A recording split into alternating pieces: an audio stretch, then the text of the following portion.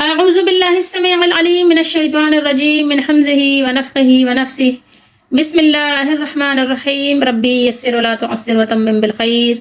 ربي زدني علما. من يهد الله فهو المهتد ومن يضلل فأولئك هم الخاسرون. یہ ایک آیت ہے، آیت نمبر 178 سورہ اعراف 9 سپارہ.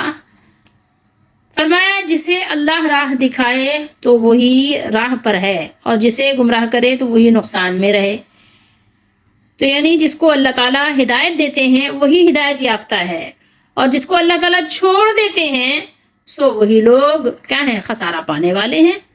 ہدایت اللہ کا نور ہے. ہدایت کا نور اللہ تعالیٰ کی عطا ہے. وہ اس کا مالک ہے، جسے چاہے عطا فرمائے، جسے چاہے عطا کر دے اور جسے چاہے عطا نہ فرمائے، عطا نہ کرے. اور وہ دلالت کے اندھیروں میں بھٹکتا رہے.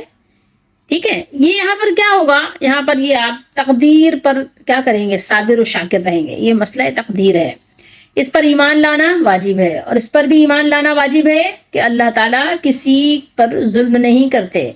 ٹھیک ہے، اور اگر اللہ تعالیٰ کسی کو جبری طور پر ہدایت عطا نہ فرمائے تو اللہ تعالیٰ ظالم نہیں ہے. یہ ایمان رکھنا ہے ہمیں، کیونکہ اللہ تعالیٰ مالک ہے، اور مالک جسے چاہے اپنی چیز دے اور جسے چاہے نہ دے. آپ یہ تو جانتے ہیں نا، یہ دستور، یہ اصول تو دنیا میں بھی چلتا ہے کہ اگر کوئی مالک ہے، ٹھیک ہے، کسی بھی چیز کا، کسی فیکٹری، کسی انڈسٹری، کسی دکان کا، چھوٹی یا بڑی چیز کا مالک ہے، اور آپ اس سے مانگیں بھی اور وہ آپ کو نہ دے، پھر بھی تو آپ اسے ظالم تو نہیں کہیں گے کہ آپ ظالم کہنے لگے؟ نہیں کہیں گے.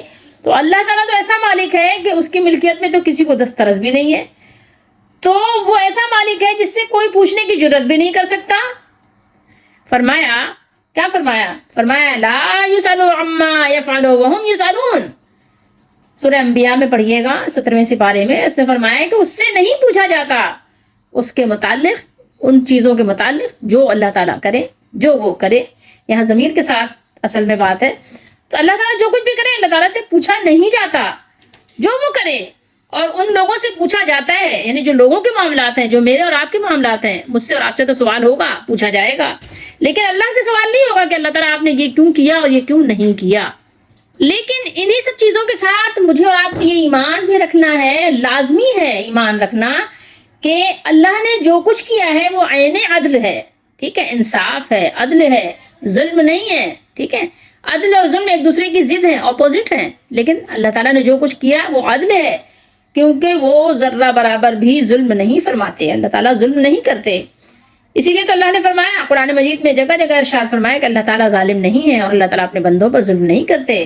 فرمایا وما ربک بظلام للعبید. سورہ حامیم سجدے میں فرمایا اور آپ کا رب اپنے بندوں پر ہرگز کوئی ظلم کرنے والا نہیں ہے. اللہ تعالیٰ اپنے بندوں پہ ظلم نہیں کرتے. اللہ تو بہت مہربان ہے. ایک ماں جتنی مہربانی اپنے بچے پہ کرتی ہے نا، اللہ تعالیٰ اس سے کہیں زیادہ اپنے بندوں پر مہربانی فرماتے ہیں. یہ اس کی مہربانی تو ہے کہ جو دنیا میں ایک دوسرے کے ساتھ لوگ مہربانی کرتے ہیں. رسول اللہ صلی اللہ تعالیٰ علیہ وآلہ وسلم اپنے ہر خطبے میں حمد و ثنا کے بعد فرمایا کرتے تھے، یعنی یہی آیات تلاوت کرتے تھے، من یہد اللہ فلا مضل لہ ومن یضلل فلا ہادی لہ. یہ ایک ٹکڑا تو یہاں پر ہے، یہ باقی یہاں پر موجود نہیں ہے، لیکن قرآن کی ہی آیت ہے. من یہد اللہ یہاں پر ہے فہو المہتدی. ٹھیک ہے، ومن یضلل فاولئک هم الخاسرون. تو رسول اللہ صلی اللہ علیہ وسلم اپنے خطبے میں کیا پڑھتے تھے؟ خطبے میں اللہ کی حمد و ثنا کے بعد آپ پڑھتے تھے من یہد اللہ فلا مضل لہ ومن یضلل فلا ہادی لہ. مسلم شریف کے حدیث شریف میں ہے، یعنی جسے اللہ تعالیٰ سیدھی راہ چلائے، سیدھا راستہ دکھائے، سیدھے راستے پہ ثابت قدمی عطا فرمائے، اس کو کوئی گمراہ نہیں کر سکتا. اور جسے وہ گمراہ کر دے اسے کوئی سیدھی راہ پر نہیں لگا سکتا، کوئی سیدھی راہ پر نہیں چلا سکتا. اسی لیے تو جنتی جنت میں اللہ کی حمد و ثنا اسی طرح کریں گے، الحمدللہ الذی ہدانا لہذا وما کنا لنہتدی لولا ان ہدانا اللہ. سب خوبیاں اللہ کو جس نے ہمیں اس کی راہ دکھائی. کس کی؟ جنت کی، جنت کے طریقے پہ، یعنی جنت حاصل کرنے کے طریقے پہ چلنے کی. اور ہم راہ نہ پاتے، ہم راستہ اور یا ہدایت کا نور حاصل نہیں کر سکتے تھے اگر اللہ تعالیٰ ہمیں راستہ اور ہدایت نہ دکھاتا، ہدایت پہ نہ چلاتا، تو ہم کبھی بھی اس کو نہ حاصل کر سکتے تھے، نہ اس پہ چل سکتے تھے. رسول اللہ صلی اللہ تعالیٰ علیہ وآلہ وسلم کا یہ مسنون خطبہ بھی ہے. اچھا، کچھ صحابہ سے ہے الحمدللہ سے شروع ہے، اور حضرت عبداللہ بن مسعود اور حضرت عبداللہ ابن عباس رضی اللہ تعالیٰ عنہما وغیرہ سے ان الحمدہ سے شروع ہے، اور اس حدیث کو مسند احمد اور ابو داود اور اس کے علاوہ جامع ترمذی اور بہت سارے محدثین نے بیان کیا ہے۔ یہ رسول اللہ صلی اللہ تعالیٰ علیہ وآلہ وسلم کا خطبہ ہے، آپ اس کو پڑھا کرتے تھے۔ اس کے علاوہ اسے خطبہ حاجت بھی کہا جاتا ہے۔ ان الحمد للہ نحمدہ ونستعینہ ونستغفرہ، یا آپ اس طرح پڑھ لیں ونستعینہ ونستغفرہ ونعوذ باللہ من شرور انفسنا ومن سیئات اعمالنا من يهده الله فلا مضل له ومن يضلل فلا هادي له واشهد ان لا اله الا الله وحده لا شريك له واشهد ان محمدا عبده ورسوله۔ یہ تو کامن ہے، اور اس کے علاوہ یہ بھی آپ صلی اللہ علیہ وسلم پڑھا کرتے تھے۔ اما بعد، اس کے بعد آپ فرماتے ہیں اما بعد فإن خیر الحدیث کتاب اللہ وخیر الہدی ہدی محمد صلی اللہ علیہ وسلم وشر الامور محدثاتها وکل بدعۃ ضلالۃ وکل ضلالۃ فی النار۔ اس کا ترجمہ بھی آپ چاہیں تو یاد کر لیں۔ ترجمہ یہ ہے کہ بے شک یقینی بات ہے کہ سب تعریفیں اللہ ہی کے لیے ہیں، ہم اس کی تعریف کرتے ہیں، اسی سے مدد مانگتے ہیں، اسی سے ہدایت طلب کرتے ہیں، اور اسی سے معافی یا بخشش مانگتے ہیں۔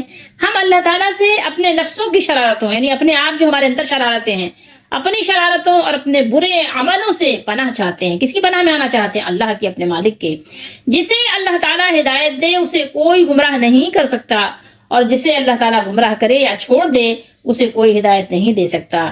میں گواہی دیتا ہوں یا میں گواہی دیتی ہوں کہ اللہ وحدہ لا شریک کے سوا کوئی الہ نہیں، کوئی معبود نہیں، اور میں اس بات کی بھی گواہی دیتی ہوں کہ محمد صلی اللہ علیہ وسلم اس کے بندے اور رسول ہیں۔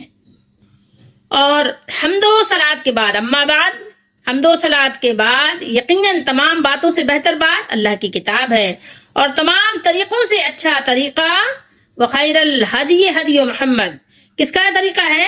محمد صلی اللہ علیہ وسلم کا طریقہ ہے، محمد صلی اللہ علیہ وسلم کا بتایا ہوا راستہ اور آپ کی دی ہوئی ہدایت ہے، ٹھیک ہے۔ اور تمام امور میں سے برے کام دین میں کیا ہے؟ جو خود ساختہ ہے، یعنی جو بدعت ہے، آپ نے جو نکال لیا از خود، جس کا حکم رسول اللہ صلی اللہ علیہ وسلم نے نہیں دیا، آپ نے خود نکال لیا، وہ کیا ہے؟ برے ترین کام ہے، وہ بدترین کام ہے۔ وَكُلَّ بِدْعَةٍ ضَلَالَةٍ، اور ہر بدعت، ہر یعنی جو آپ نے نیا کام از خود نکالا ہے وہ کیا ہے؟ وہ دلالت ہے، گمراہی ہے، اور تمام دلالتیں گمراہی کیا ہیں؟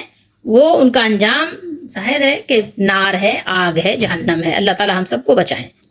گمراہی کا انجام بہرحال اللہ تعالیٰ کی ناراضگی کی وجہ سے جہنم ہی ہے۔ اللہ تعالیٰ ہم سب کو جہنم سے بچنے کی اور اپنے آپ کو بچانے کی توفیق دیں۔ اور یہاں پر ہمارا سبق کیا ہے؟ سبق یہ ہے کہ دیکھیے ہدایت یوں نہیں ملتی، ہدایت ایسی نعمت ہے، ایسی دولت ہے جو ہر دولت سے بہت زیادہ قیمتی ہے۔ ہدایت مانگنے سے ملتی ہے، طلب کرنے سے ملتی ہے، تڑپ کرنے سے ملتی ہے۔ دیکھیں دنیا کی کوئی چھوٹی سی چیز بھی آپ کو بغیر محنت اور مشقت کے نہیں ملتی، تو ہدایت تو ایسی نعمت ہے جس سے اللہ کی مالک کی خوشنودی، اس کی رضا ملتی ہے، اور جب اس کی رضا ملتی ہے تو جنت، نعمتوں بھری جنت آپ کو ملتی ہے۔ تو بتائیے کہ یہ یوں ہی کیسے مل جائے گی؟ تو اس لیے ہدایت کے لیے بہت زیادہ کوشش کیا کریں، اور کہیں سے بھی پتہ چلے کہ یہ راستہ اچھا ہے، یہ کام اچھا ہے، کوئی بھی بتائے تو فوراً قرآن و سنت کے راستے کو پکڑ لیں، ٹھیک ہے؟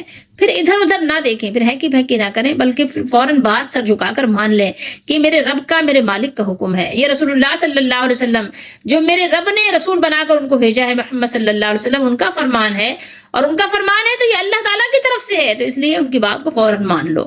اگر اس کام کو صحابہ نے کیا ہے تو صحابہ نے جب اگر کیا ہے تو ظاہر یہی کام دین کا حصہ ہے، اس کو فوراً کرو۔ اور اگر یہ صحابہ کا طریقہ نہیں ہے تو اس کا مطلب ہے کہ رسول اللہ صلی اللہ علیہ وسلم کے لیے خاص تھا، وہ سب کے لیے نہیں ہے۔ اگر سب کے لیے ہوتا تو صحابہ بھی کر کے دکھاتے۔ کچھ کام ایسے تھے جو رسول اللہ صلی اللہ علیہ وسلم کی خصوصیت تھے، نبی اور رسول ہونے کی حیثیت سے، صحابہ تو نبی نہیں تھے نا، اس بات کو بھی سمجھا کریں کہ رسول اللہ صلی اللہ علیہ وسلم نے جو کام کیا اور صحابہ نے وہ کام نہیں کیا، تو یہ سمجھ لیجئے کہ ہم پھر وہاں سے قیاس نہیں کر سکتے، ہم وہاں سے مسئلہ اپنے لیے نہیں نکال سکتے، کیونکہ رسول اللہ صلی اللہ علیہ وسلم نے کیا لیکن بعد میں صحابہ نے نہیں کیا۔ جب صحابہ نے نہیں کیا تو وہ کام عام نہیں ہوا۔ اگر عام ہوتا اور اس پر یعنی عموم کا حکم ہوتا تو صحابہ ضرور کرتے۔ 1.25 لاکھ صحابہ میں سے آپ کو 125 صحابہ تو ملنے چاہیے تھے نا، یا کم از کم 125 نہ ملتے تو کتنے ملتے؟ کم سے کم 8-10 تو مل جاتے نا، 4.25 5.25 تو مل جاتے نا۔ اگر آپ کو وہ بھی نہیں ملتے اور آپ ایک کوئی تابعی کا قول لے آتے ہیں، یا کوئی آپ ضعیف سند سے ضعیف حدیث لے آتے ہیں، تو پھر وہ دین کا حصہ نہیں بن سکتا. یا آپ خود سمجھ سکتے ہیں اتنی بات تو کہ اگر رسول اللہ صلی اللہ علیہ وسلم نے ایک کام کیا, صحابہ نے اس کو پوری زندگی کبھی نہیں کیا, تو پھر یہ سمجھ لیجئے کہ رسول اللہ صلی اللہ علیہ وسلم کے لیے خاص تھا. جب صحابہ نے نہیں کیا تو پھر امت کے لیے بھی, عوام کے لیے بھی, عام لوگوں کے لیے بھی نہیں ہے وہ کام. تو اس بات کو سمجھیے, اپنے لیے یہاں سے سبق آپ یہ بھی نکال لیجئے. اور یہ بھی یاد رکھیے کہ اللہ تعالیٰ کسی پہ ظلم نہیں کرتے اور اللہ تعالیٰ کسی کو گمراہ بھی نہیں کرتے. یہ بندے خود جب اللہ تعالیٰ کی ہدایت کو قبول نہیں کرتے تو اللہ تعالیٰ ان کو چھوڑ دیتے ہیں اور کہتے ہیں جاؤ, کوئی جبر نہیں ہے. اگر تم نے اپنے لیے خود جہنم کا راستہ چوز کیا ہے تو ہم نے بھی تم کو اسی طرف لگا دیا ہے اور ہم نے بھی تم کو جبری ہدایت دینے کا کوئی وعدہ تم سے نہیں کیا. اللہ تعالیٰ ہم سب کو ہدایت والوں میں کریں, اور یہاں پر اپنے لیے دعا بھی کریں کہ اللہ تعالیٰ ہم سب کو ہدایت عطا کریں, ہدایت والوں میں کریں اور جہنم سے بچائیں اور جنت والوں میں کریں, اور اپنی رضا ہمیں عطا فرمائیں. ہم ایسے کام کریں کہ اللہ تعالیٰ ہم سے راضی ہو جائیں اور ہمیں جہنم سے پناہ عطا کر دیں, کیونکہ ہمارے اندر اتنی سخت بھی نہیں ہے, اتنی قوت بھی نہیں ہے, اتنی برداشت بھی نہیں ہے, ہم جہنم میں نہیں رہ سکتے.